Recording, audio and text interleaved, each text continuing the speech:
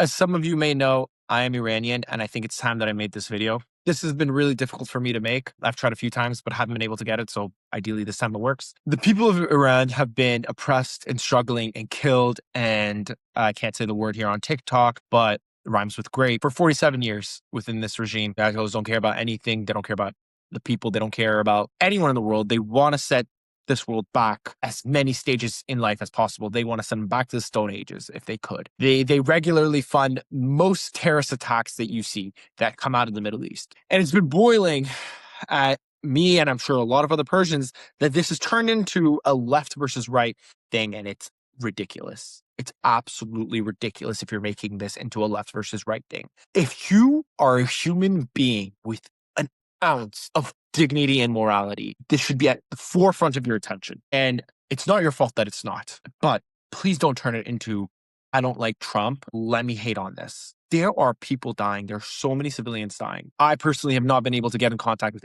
any of my family members in Iran in the last week. My aunt is a doctor at the hospital, and I can only imagine what's going through her mind, what she's doing. My mom was planning to go back and see her dad, who's getting older. My grandfather who's getting older. Cancel that flight because he can't do that. You can't go in. You can't, even if you could go in, you'd be stuck. And more than anything, I have no idea who's alive and who's not because they are open firing on the protesters. To put it in reference, imagine, if you will, the mass shootings that happened in the United States. Imagine the Vegas one comes to my mind.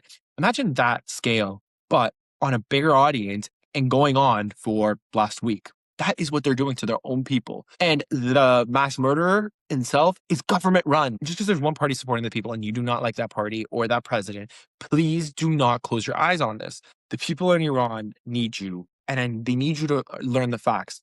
This Ayatollah regime will kill its own people. They will burn down their shops and then blame it on the protests. That's what they did. They burned over 200 shops and said, oh, it's because of the protests. No, it's because they burned them down. They will kill people and then blame it on those same people that died. There's reports of up to 12,000 people dead in the last 72 hours. Like, can that not come to your mind? I'm sorry. I don't care if you're left. I don't care if you're right. I don't care if you're pro-Israel. I don't care if you're pro-Hamas. I don't care if you're pro whatever you are. You're pro whatever. I don't care. People are dying. It doesn't matter what side you support.